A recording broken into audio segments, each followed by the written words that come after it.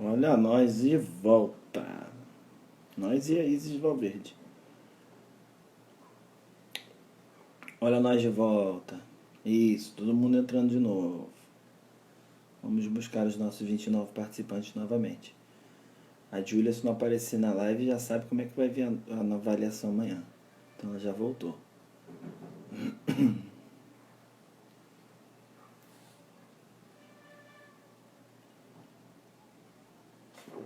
Vamos voltando, todo mundo voltando.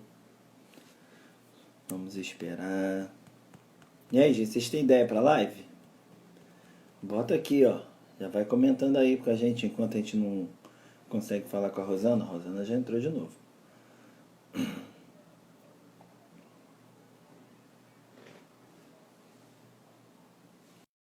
Agora vai. Senti que agora vai.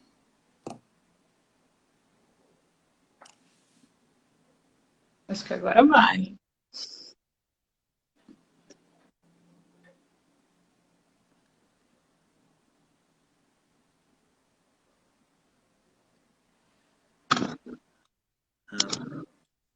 Rapaz, eu não conecto.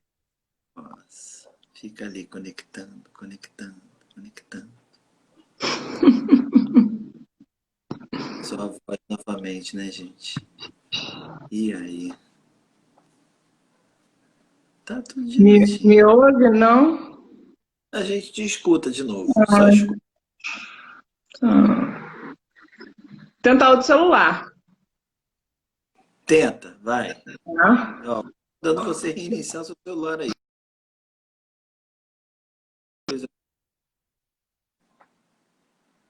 Ó, o problema é esse, ó. Ela entra, não fala muito, ela corta. Então, pô, qualquer dia eu vou fazer a live assim, ó. Vou abrir, conecta amigo, abrir e vou sorteando aqui quem vai conversar.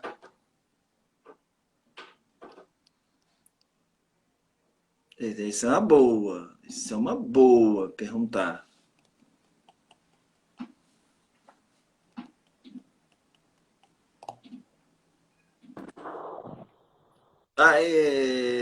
Aê! Era o celular.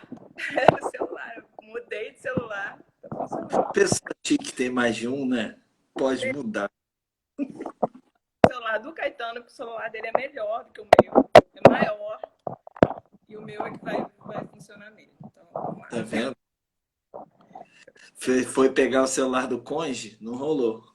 Ele percebeu que não era ele e desistiu de mim. Nesse celular não é seu. Segurar. Mas e aí, tudo bem?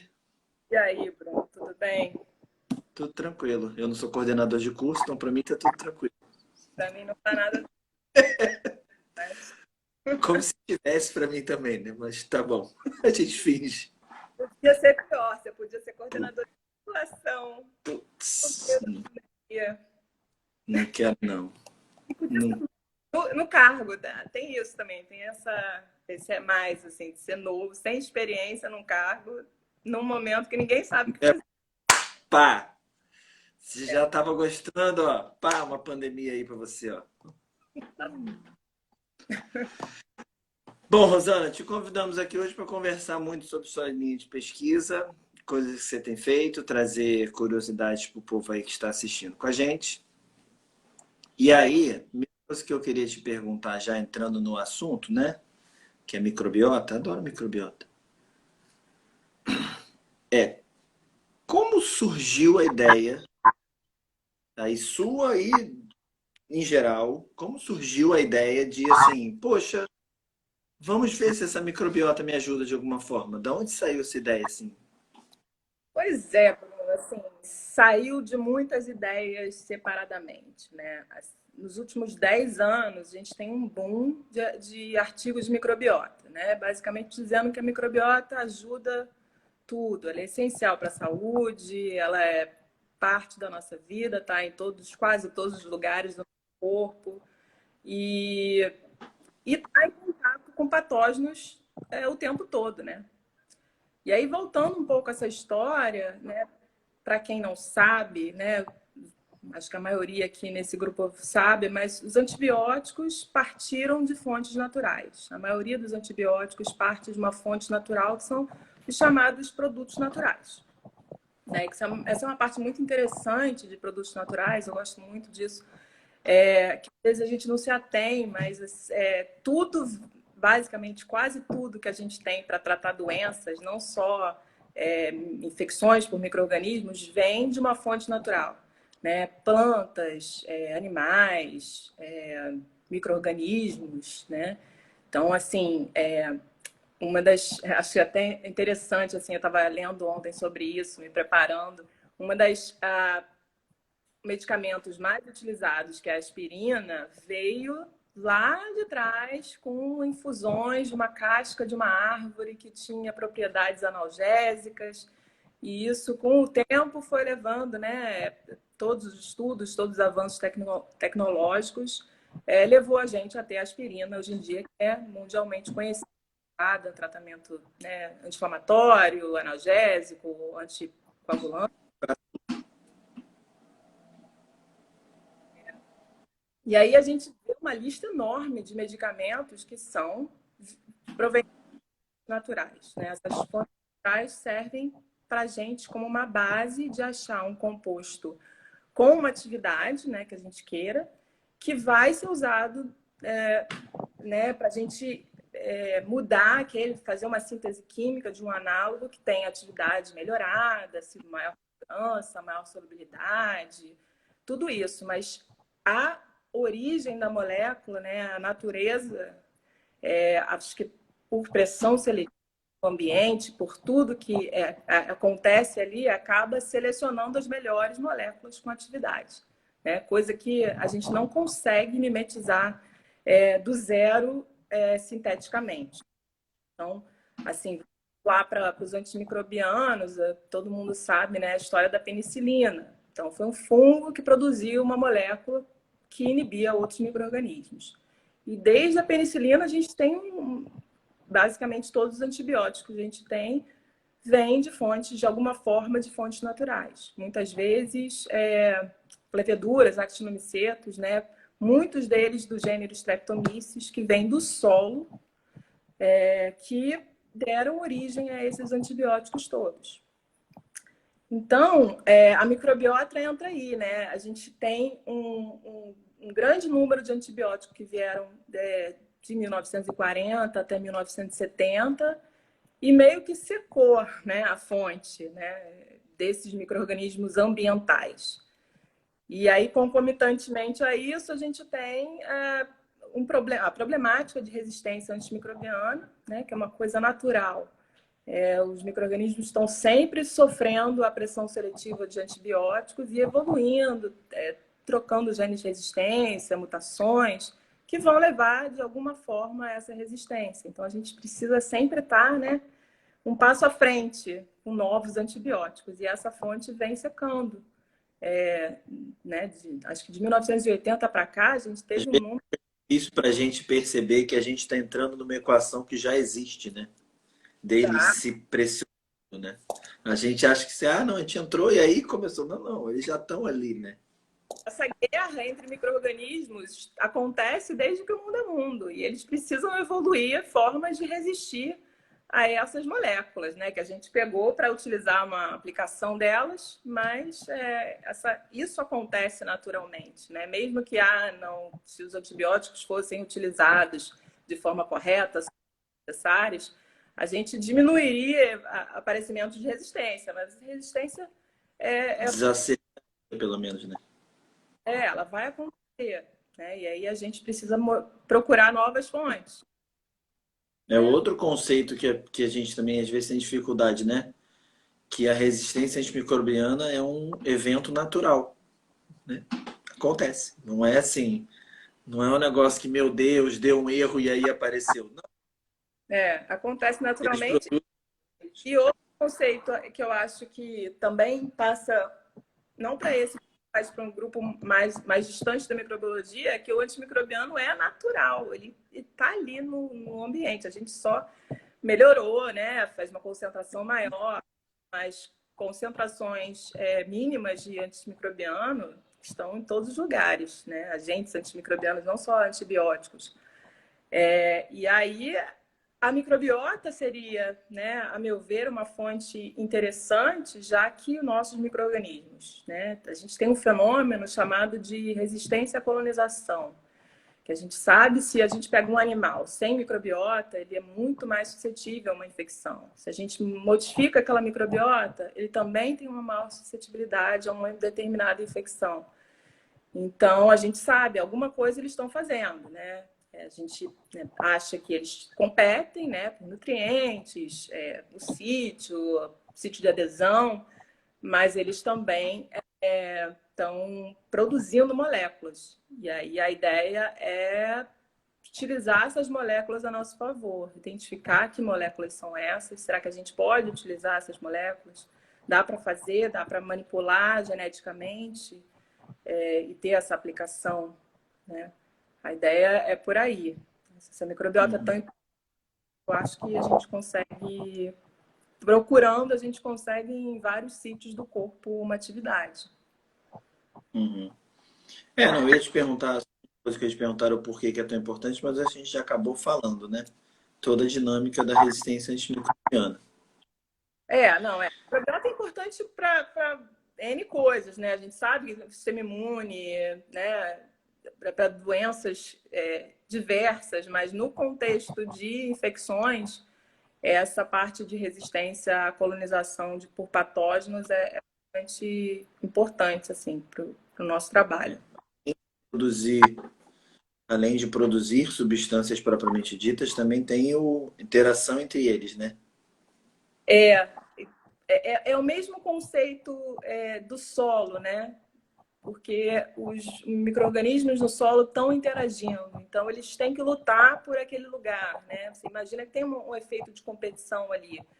E nessa competição são produzidas moléculas, são secretadas moléculas que impedem, né,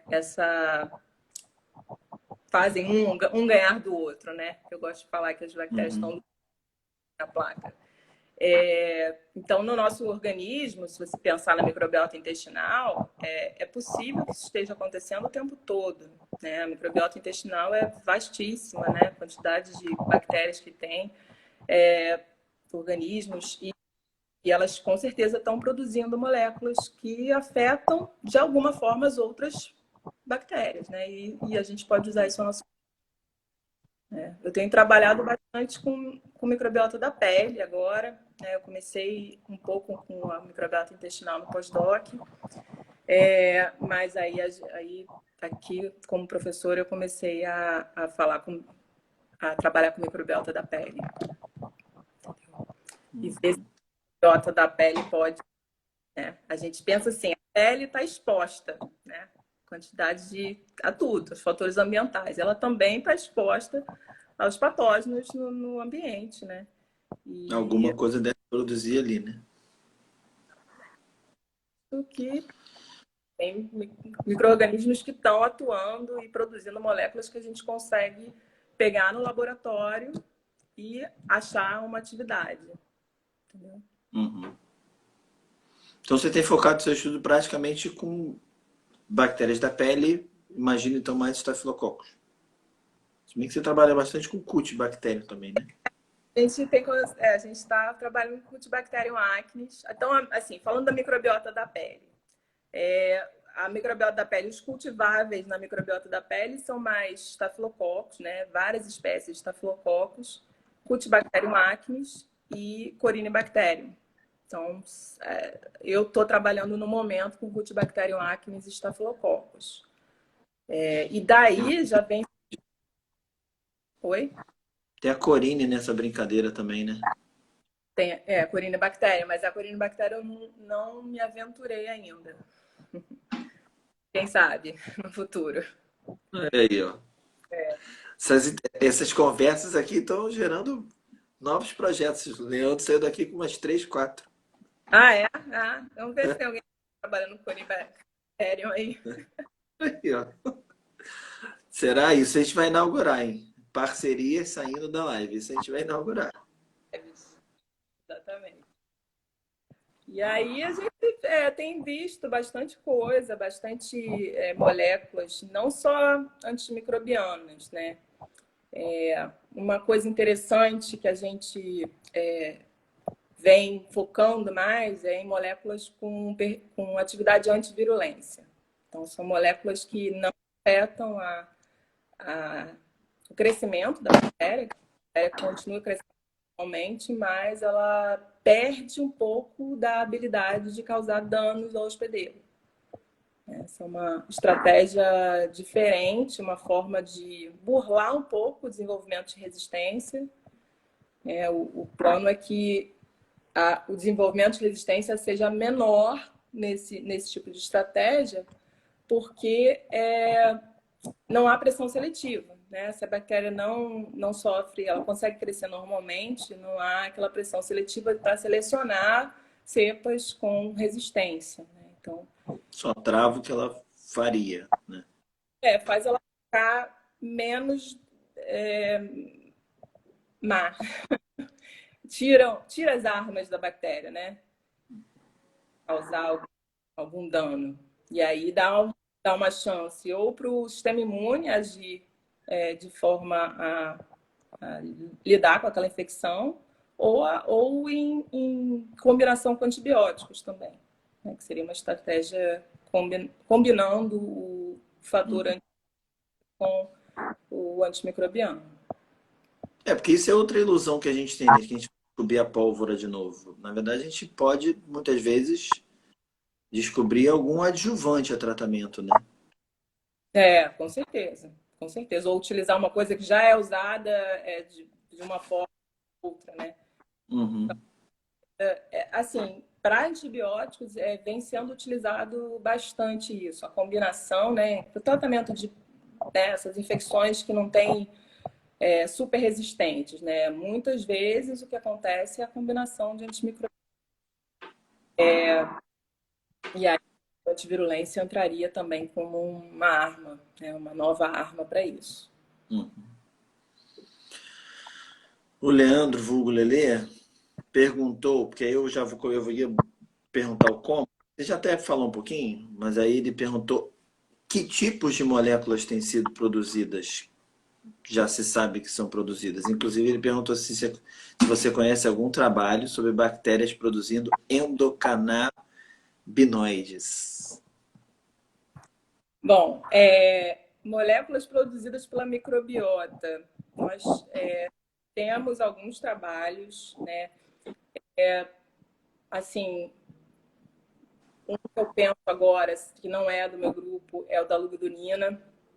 A lugdunina é uma molécula produzida por um Staphylococcus presente nas nossas narinas e ela tá avançando bastante nessa como uma nova droga, né? É um antibiótico, tem atuação contra o Staphylococcus aureus, contra Staphylococcus aureus resistente à meticilina, e eles descobriram ela pela presença de Staphylococcus lugdunensis nas narinas das pessoas está relacionado com a ausência de Staphylococcus aureus.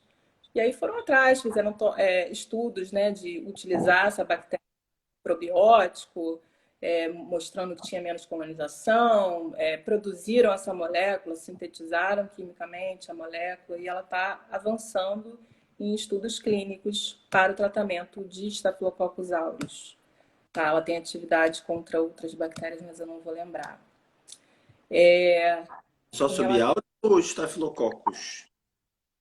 Staphylococcus, eu acho que... Eu só lembro do aureus, mas posso estar errada. Interessante, né? De repente ver se age em outro. É. Sabe como é que ela age? Aí pergunta do Bruno, sim, eu comentei ali. Como é que a lugdunina age? É que não está muito definido ainda. Novos projetos precisam ser... Novos estudos precisam ser realizados. Exatamente. Entendi. Mas é um novo antibiótico vindo da microbiota, é o mais interessante no momento, assim, o que está mais avançado no momento e afetando o crescimento, não é antivirulência. Aí, em relação à microbiota intestinal, a gente mostrou um tempo atrás que uma cepa da microbiota, uma espécie presente na microbiota, produzia uma molécula e essa molécula era capaz de inibir a virulência de salmonela, que é um patógeno entérico.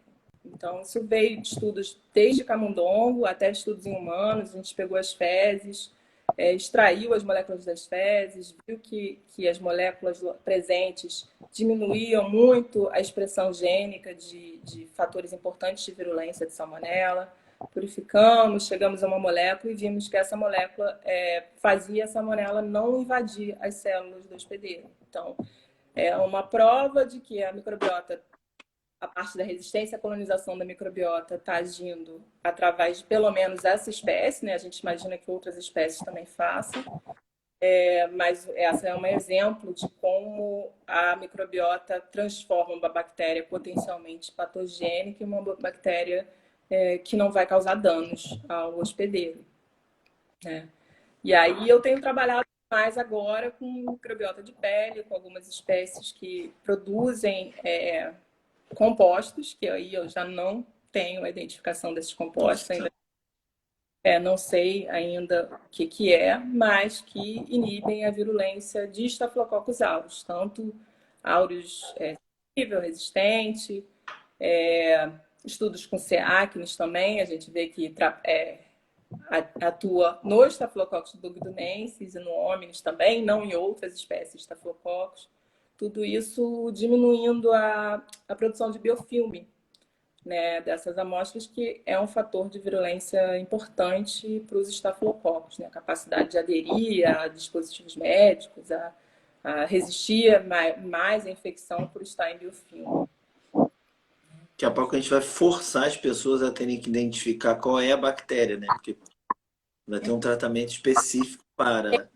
Essa é uma desvantagem dos tratamentos antivirulência, Bruno, exatamente. Porque assim, tem a vantagem que eu falei, a pressão seletiva é menor, né? Mas uma das desvantagens é que raramente a gente chega nesse nível de diagnóstico, né? Qual é a espécie do estafilococcus que está causando aquela infecção. Mas em casos talvez seja necessário, né? Numa infecção mais problemática, mais difícil de tratamento, uma infecção crônica, do é isolado bastante de infecção de prótese.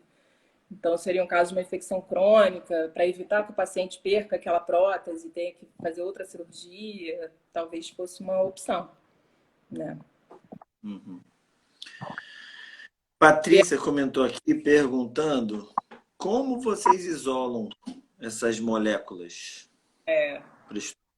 Como é que, da onde, do início até o... Como é que, da onde surge, né? Tipo, já é molécula, Depende muito do que a gente parte.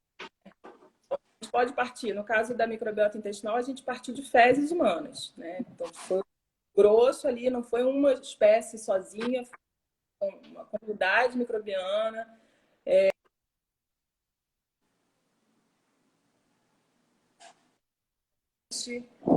Tô ficando sem bateria. Acontece, já aconteceu comigo uma vez. Até porque eu troquei de celular, né? Eu não achava que eu ia usar esse. Então a gente extrai... Caetano, pega o fio para ela, Caetano. Caetano tá escondido no quarto com as crianças. Com as crianças, o cachorro, para ninguém entrar, né?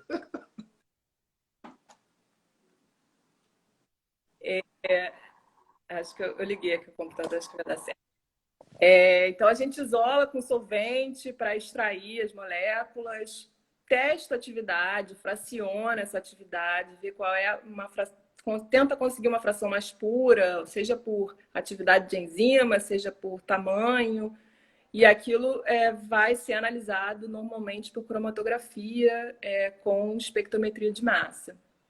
No caso das bactérias isoladas, o que a gente tem feito, a gente ou coloca a bactéria viva ali numa placa junto com a bactéria alvo para crescer e ver se tem algum tipo de inibição de crescimento, ou a gente coleta moléculas presentes no sobrenadante concentra ele, testa ele para as atividades que a gente tem alvo, né? Então, a gente pode testar tanto para o crescimento, como para os fatores de virulência. Aí tem biofilme, motilidade, reprodução de toxina. Então, tem várias formas de testar, né? Do que você está querendo se basear. E aí você pode fazer um screen de várias espécies diferentes e daí levar o fracionamento para entender que tipo de natureza tem, se é uma proteína, se é um carboidrato, e aí segue com a cromatografia, com espectrometria, e aí é o gargalo da parte da bioquímica que a gente sempre sofre. Ó, Leandro pedindo para você comentar um pouco sobre bactérias que produzem moléculas parecidas com neurotransmissores ou que Então, atuem no sistema nervoso central. então, ele cismou com esse endocannabinoide, né? Existe A gente não falou cabinoide, aí ele veio perguntar outra. a gente pulou e ele veio de volta. Existem micro-organismos presentes na nossa microbiota intestinal. Tô vendo, tinha que ser ele. Não, a gente está pensando assim, ó, a gente estava pensando em drogas para tratar doenças, ele já está pensando no efeito recreativo, pelo jeito.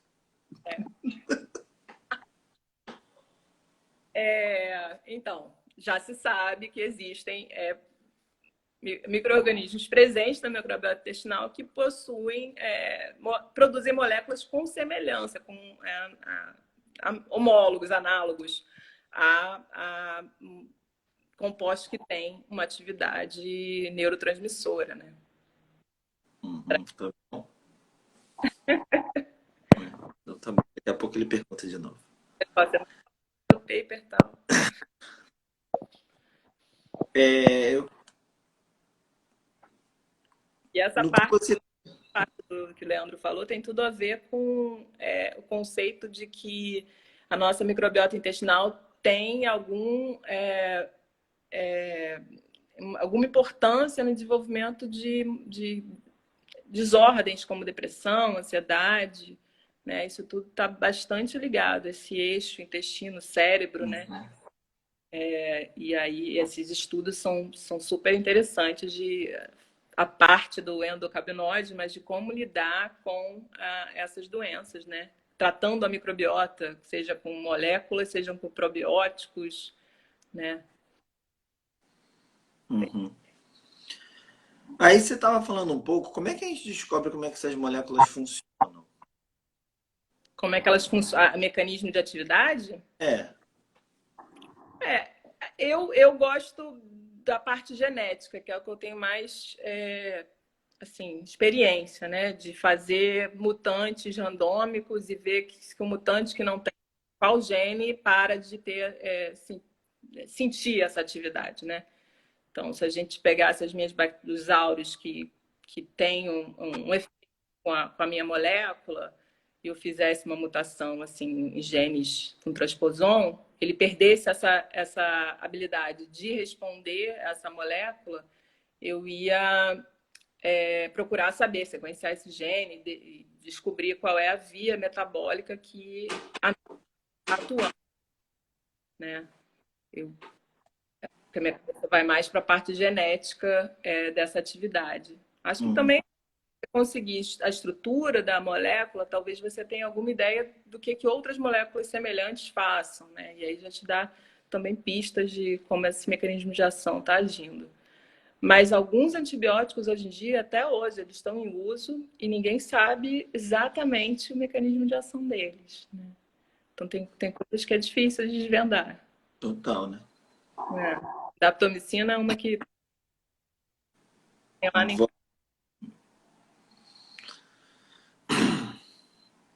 Agora, olha só, assim, deixa eu antes fazer a da Lili aqui, para depois a gente seguir para cá.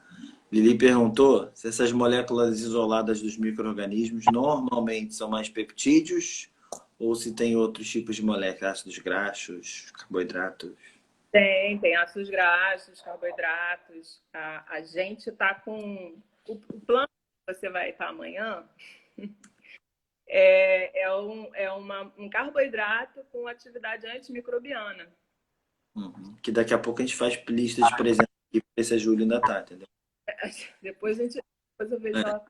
Júlia, se tiver aí, já dá o seu oi aí, porque já falei pra ela que a nota vai ser de acordo com quanto tempo ela ficar aqui hoje. Coitada. Ela deu um coração ali. Então, ela é um carboidrato, um exemplo de um antimicrobiano com atividade, um carboidrato com atividade antimicrobiana. O C. acnes, o Cutibacterium acnes, tá ali. O Cutibacterium acnes produz ácidos graxos de cadeia curta que tem atividade, se eu não me engano, ácido. Tá? Então, existem moléculas não peptídeos, né, que têm atividade antimicrobiana, sim. Tá? Não são as mais, mas tem. Não é só peptídeo, né? Entendi. Deixa aí que eu acho que o Luciano mandou uma daqui, peraí. Tendo em conta a grande quantidade de moléculas da microbiota, se algumas dessas moléculas atuam de forma sinergética, como poderão ser isolados e ainda manterem suas atividades in vitro e in vivo, que é o grande problema, né? Exatamente. Eu acho que quem me perguntou antes, como é que a gente faz no laboratório, né? É um método completamente não natural, né? Eu gostaria de voltar para um método mais próximo do que acontece na microbiota, seja da pele, do intestino. Por enquanto, a gente está tendo sorte de achar coisas com a bactéria sozinha no meio. Mas eu acho que se a gente conseguisse mimetizar, chegar mais próximo de uma condição, pH e comunidade, né, que é o caso da microbiota intestinal, a gente conseguiria tanto achar atividades quanto achar atividades mais robustas até, né? Que a gente chegasse mais perto disso. Acho que é isso que ele perguntou, da atuação. Porque, assim, é fato que a presença de outra bactéria ou de várias outras bactérias ali vão estar mudando, né, o padrão de expressão de moléculas daquele lugar, daquele ambiente, nessa comunidade. Então, as coisas que eu gostaria de fazer uma comunidade de bactérias da pele, testar elas numa condição mais pobre, né, uma coisa mais semelhante ao que existiria na para ver o que a gente consegue obter. E aí isolar essa molécula e ir testando as atividades tanto in vitro quanto in vivo. Entendi. Peraí, eu acho que você já comentou, mas aí foi uma pergunta que foi até eu, quando a gente conversou durante a semana, até fiquei me perguntando, porque assim, a gente tem visto que muitas vezes os que eles produzem não deixam de ser, fora aqueles que agem na virulência, tem muitos que vão agir como um antibiótico, né? Você acha que nessa dinâmica da gente descobrir essas moléculas novas, colocar ela para agir, a dinâmica delas, desses novos produtos, para aparecimento de resistência, vai ser semelhante quando a gente coloca um antimicrobiano novo? Tem chance de ser um pouquinho mais demorado? Em relação a essas com atividade antimicrobiana, eu acho que vai ser a mesma chance dos antibióticos encontrados de bactéria do solo. Não vejo diferença. Para os antibióticos que a gente tem em uso, a média é cerca de 1, 2, 3 anos até o aparecimento de cepas resistentes. Tá? E eu achei um artigo que dizia que, em média, de 7 a 8 anos, o antibiótico, a resistência já toma conta de tantas cepas que você acaba parando de usar. Então, é uma luta contra o tempo mesmo, né? Porque se pensar em quanto tempo que demora para a gente conseguir um antimicrobiano eficaz e que chegue a ser comercializado, é bem maior que isso. Uhum. Eu ia até te perguntar, o que você acha dessa parte, né? Porque assim, a gente tem agora com essa pandemia, a gente tem falado muito de novas drogas e descobrir novos tratamentos, né? Caso agora para o vírus, mas a gente sabe que isso também é uma dinâmica importante Será que a gente não... Primeiro, assim, nessas que você tem estudado de outros grupos e as que você tem estudado propriamente no seu laboratório. Num trâmite normal, quando que a gente vai ver isso como uma opção? Eu acho que eu te fiz essa pergunta quando você foi lá na ICIB uma vez. Muito. O que tem na literatura é que demora de 10 a 20 anos para uma droga, não só antimicrobiano, chegar da bancada à farmácia. Isso é, em média, o que tem levado. Demora muito e, assim, depende de vários textos fora da eficácia, né? Então, pode ser uma coisa muito boa, muito poderosa, mas que, por algum motivo, não tem financiamento, não tem investimento da indústria em produzi-lo. E isso é um caso para os antibióticos, é bem pertinente em relação aos antibióticos, né? Todo mundo sabe que quando você toma um antibiótico, você toma normalmente, né, por 5, 7 dias. Então, é uma coisa de um prazo curto. Antibiótico normalmente é uma droga barata, né? Não, ninguém gasta tanto no antibiótico quanto gasta em outros tipos de remédios que vai tomar a vida inteira, né? Outro exemplo, né, do produto natural era a atorvastatina, que a pessoa toma para controle de colesterol o resto da vida. Então, esse tipo de obstáculo os antibióticos sofrem bastante. A maioria das indústrias não vê como rentável produzir um novo antibiótico, porque custa muito, né? Todos esses 10, 15 anos para chegar à farmácia, e um custo muito grande, né? Então, e aí, vai usar aquele antibiótico se é uma infecção resistente, fatores que estão aí para essa.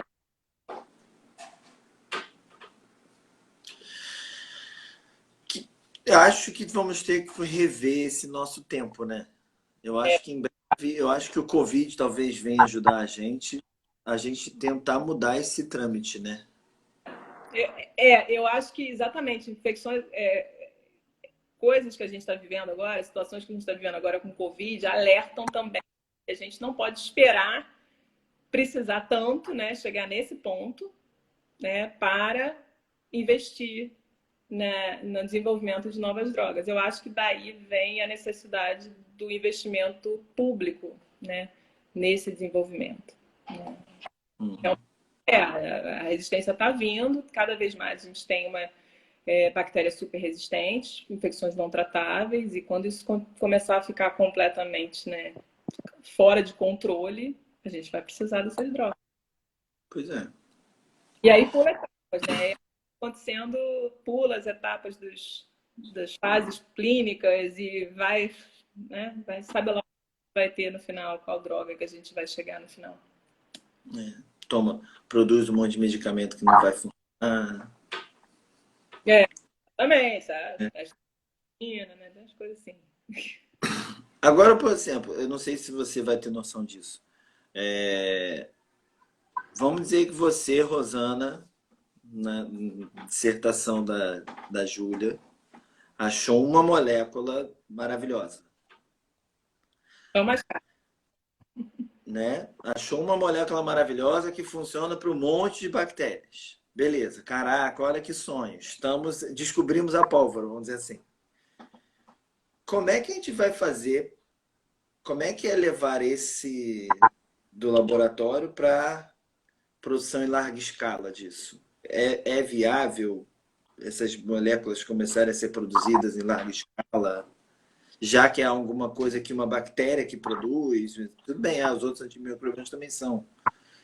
Ou vai ter que se descobrir que molécula é essa, mimetizar ela em laboratório e aí produzir em larga escala? É a combinação entre o biológico e o sintético. É entender qual é a molécula, levar para a produção dessa molécula sintética e tentar melhorar a ponto de conseguir mais, né? Ter melhorar a molécula e melhorar a solubilidade, a eficácia, É porque estabilidade da molécula, né? Isso, não é verdade, tem toda essa solubilidade da coisa também, a química da coisa. a química da Hoje, farmacokinética da molécula, tem muita coisa né? aí que dá para ser melhorado a partir de você ter a estrutura da molécula exata, que você possa brincar com aquilo para poder utilizar. Então, a maioria dos compostos são assim. O produto natural é a base para você ter ideia do que pode funcionar. E isso, assim, tempo atrás pensava-se muito, vamos fazer sinteticamente um monte de moléculas e sair testando, fazer triagem de, né, milhões de moléculas. Não deu certo. Não, nada substitui o que a natureza já nos dá como o que funciona, por causa de toda essa pressão evolutiva que a bactéria, o micro-organismo sente nesse ambiente que ele está vivendo. Então, foram milhões de anos para selecionar, para produzir uma coisa assim. Uhum. Ó, deixa eu, antes de fazer a próxima pergunta aqui, Lili perguntou aqui se existe alguma coisa sobre transplantes de micro... Desculpa, a gente tem intimidade, né? A Eliane perguntou aqui sobre transplante de microbiota de pele, no modelo como transplante de microbiota de intestino. Tem alguma coisa sobre isso? Então, tem o nome, mas não era. Teve um artigo que a gente viu há pouco tempo no laboratório, que eles usavam a palavra transplante de microbiota de pele, mas na verdade era uma bactéria que eles estavam testando como basicamente um probiótico de pele. Uhum. Entendi. Microbiota, como a gente pensa, né, de microbiota intestinal, transplante fecal, não tem. Mas alguns estudos bem antigos tentaram mostrar se a gente conseguia. Deixa eu lembrar como é que era. Eu acho que era a microbiota oral da língua na testa. Então, você transferia para a testa e via quanto tempo que demorava para aquela microbiota voltar ao normal. E aí fazia a mesma coisa com uma outra parte, acho que era no cotovelo, alguma coisa assim, ou no antebraço. E aí, num dos lugares funcionava, a microbiota se mantia, em outro não. Então, assim, a lição disso talvez dependa do local que você está transferindo. Então, a microbiota é muito diferenciada em determinados pontos, ela não é a mesma em toda a nossa pele, tem locais mais úmidos, mais secos, mais oleosos, então essa microbiota varia bastante também. Então, eu imagino que essa transferência, se ela for acontecer, ela é dependente do lugar também. Entendi. Talvez vai funcionar mais no modelo de probióticos, pré-bióticos aí, né? Tipo, Tem alguns produtos já sendo comercializados com probiótico, né, para pele, cremes com probióticos, géis para lavar o rosto. Existe já uma tentativa de fazer isso. Mas eu vejo, já tem. já tem comercializado, mas eu vejo pouca comprovação por trás disso, mostrando que é eficiente. Entendi. Já tem. Se funciona ou não, tá parecendo a blogueira que tinha a microbiota intestinal do magro. Isso, é bem por aí. Eu já estou para ver tem uma parte da dermatologia que está ligada agora com microbioma de pele. E vem saindo bastante coisa, como se, né, parte da estética da pele. E aí, assim, não tem muita Eu tenho uma nada. fala que eu tenho que estudar microbioma de pele de cachorro. Que é isso que estão estudando agora. Eu acho. Eu adoro como eles acham que tudo vai ser lindo e barato também, né? Então tá bom. Vamos estudar microbioma. É barato, dá para fazer. Acho bom. Eu acho que os animais a coisa vai ser mais fácil também, até para produzir as moléculas, a conseguir a Coisa produção. que atrai. Isso é uma coisa que atrai, porque legislação dos animais é um pouco mais fácil. Então, por exemplo, a gente tem mais estudos, mais intenção de estudos com produtos naturais sobre bactéria da pele, né? A gente tem um projeto lá de uma orientada minha que a gente faz isso justamente para ver, porque é mais fácil fazer uma apresentação tópica para um animal, um sprayzinho para o ouvido do animal, do que para o humano, né? E assim, já tem aqueles sprays de clorexidina para tratar, né, pioderma, não é? Não era pioderma? Piodermite, tanto faz. Não sei se seja mais atual, não sei. Eu sinto que é mais fácil de aceitação maior. Normalmente, quando a gente vê esses estudos assim de microbiota, a gente pega microbiota da pele contra bactérias da pele. Microbiota do intestino contra bactérias do intestino. O modelo é esse mesmo ou a gente acaba indo pela conveniência? Ou não... Por que a gente, às vezes, não pega um Staphylo e vê com uma enterobactéria e uma enterobactéria no Staphylo da pele? Estou fazendo isso, Bruno. Estou fazendo isso. Tá fazendo. Bom saber, viu? A mesma bactéria que produz essa diminuição do biofilme de aureus, a gente já testou contra. Aí a minha aluna, se tiver aí, ela vai adorar, porque ela perguntou se eu ia falar dos escape, que são a Enterococcus, Faecium, Staphylo, Klebsiella, Acinetobacter baumannii, Pseudomonas aeruginosa e Enterobacter, tá? São as Eu nunca lembro. é uma Quando sigla. eu vou falar dos escape, eu sempre lembro, eu sempre esqueço de algum no meio. No meio eu já esqueci. P, que era o P mesmo? Então, a gente vê atividade contra algumas delas, assim, na virulência, não antimicrobiano. Então, assim, eu estou aproveitando o que a gente tem para ver se tem alguma atividade. E, por enquanto, a gente está vendo atividade sim. Tá? Atividades em virulência até diferentes, né? Motilidade, ao invés de biofilme. Mas a gente vê, né? Assim, o racional atrás de não testar Apareceu a autora. apareceu. Apareceu. Atrás disso é que a gente tenta bactérias que vão estar presentes no mesmo ambiente, né, da competição.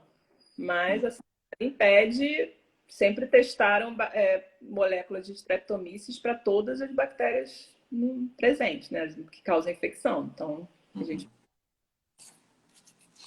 Deixa eu perguntar um negócio, porque a gente sempre tem parte do meu oráculo, são as duas mulheres que regem minha vida na Conecta Micro, vai muito pela microbiologia de alimentos. E aí, a Márcia, que é o oráculo 1, né? Tem a Márcia, que é o oráculo 1, e a Helena, que é o oráculo 2, e o Boninho, que fica no WhatsApp me mandando as perguntas que as pessoas fazem. Eu tenho um ponto eletrônico, só não está aqui, mas eu tenho. Semana passada ela ficou em pânico, porque no início da live estava sem. Eu já cheguei aqui, oi gente, boa noite. Helena, quero te avisar que não está funcionando meu WhatsApp. E ela já ficou, meu Deus, como é que eu vou fazer? Mas enfim, depois voltou, ela ficou tranquila. A Márcia perguntou se existe alguma coisa em relação a essas moléculas para ser utilizada na indústria de alimentos. Ó, pronto, ó, meu oráculo aqui, as duas. Ó. Tem sim. E assim, as bacteriocinas, que muitas delas vêm de Staphylococcus, a nisina, que é uma que está sendo bem desenvolvida, ela já é usada na indústria de alimentos. Então, como preservante, né? De alimentos. Então, assim, é só ter um foco diferente para olhar nesse sentido. Né? Se o problema na indústria de alimentos usar, né, que tem atividade, que a minha molécula tem atividade contra biofilme, faria sentido. Né? Salmonela eu sei que é um problema também nas aves. Acho que daria super certo, sim. Só a gente tem que identificar melhor que moléculas são essas, que esse é o gargalo que no meu laboratório a gente tem, né? Uhum.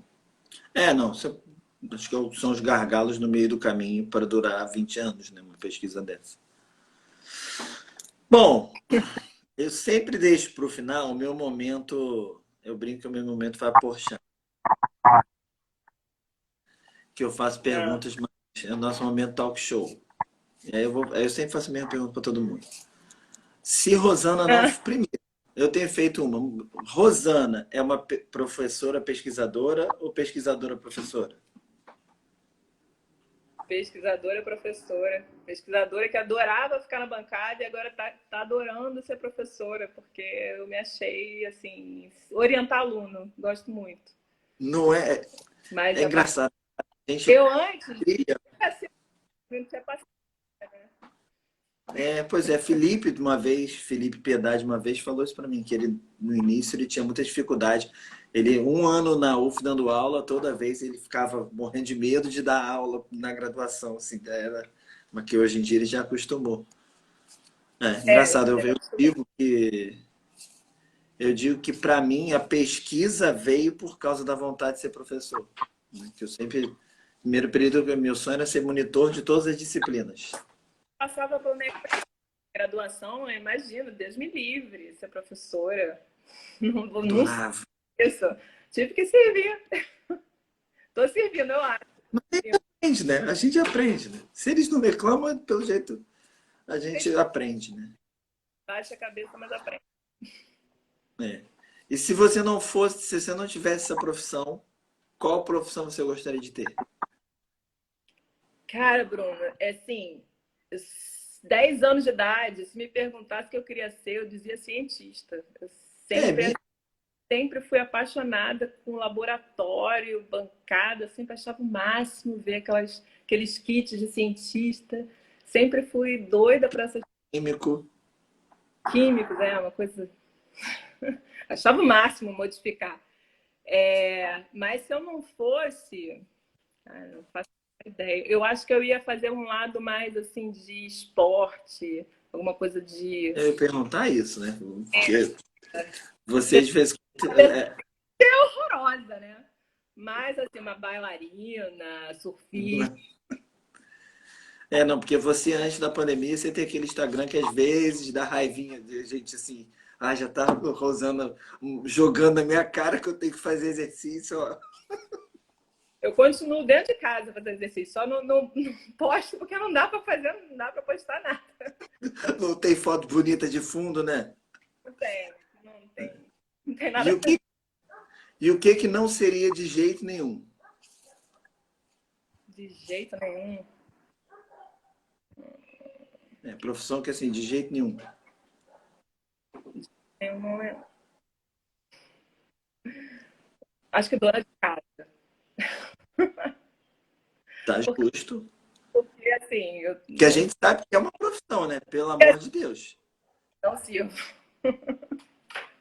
Não, a gente sabe que é uma profissão. Assim, se tem um negócio nessa pandemia que me ensinou que, cara, é uma porra, é uma profissão ser dono de casa. Então, É trabalho demais, né? Demais. não acaba. Não acaba. Se a gente acha que o nosso não acaba, de dono de casa realmente não acaba. Sempre tem um copinho que você esqueceu no quarto que você não lavou. Né? Quer ver um negócio que eu odeio? Eu tô assim, eu tô lavando a louça, tô acabando naquele último copo, aí eu faço assim, ó, a mãozinha assim, ó. Puf. É isso.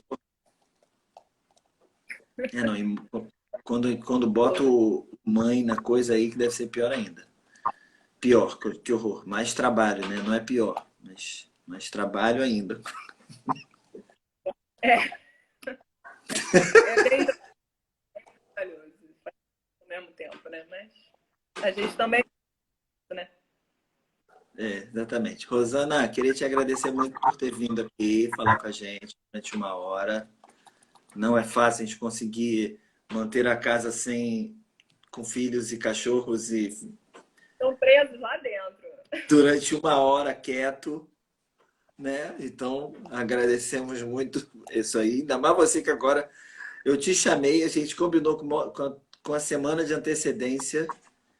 E aí, quando você. Aí, segunda-feira, falou com você, ela, não, porque eu estou com reunião de coordenação e disso, de aquilo. Gente, para que eu fui inventar mais isso na vida da Rosana? Oi. Oi, gente. Olha o mini Caetano aí, ó.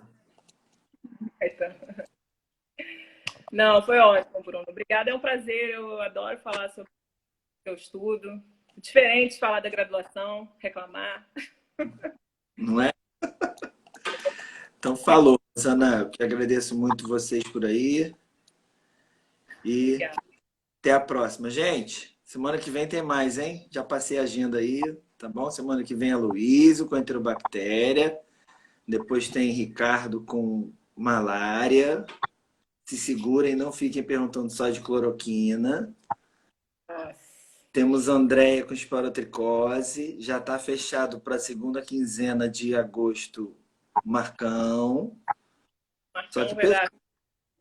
só que pessoa chique, né? Ele falou assim, não, Helena, tudo bem, eu gravo. Mas é que eu tô agora não dá, porque eu tô gravando Eu tenho o tudo. Santa Ajuda, então estou meio ocupado. Então tá bom, a gente entende. A gente entende que GNT conecta micro. Tudo bem, não tem problema. Tá? Então, gente, boa noite, fiquem em casa. Tchau, Até a gente. próxima. Tchau, tchau.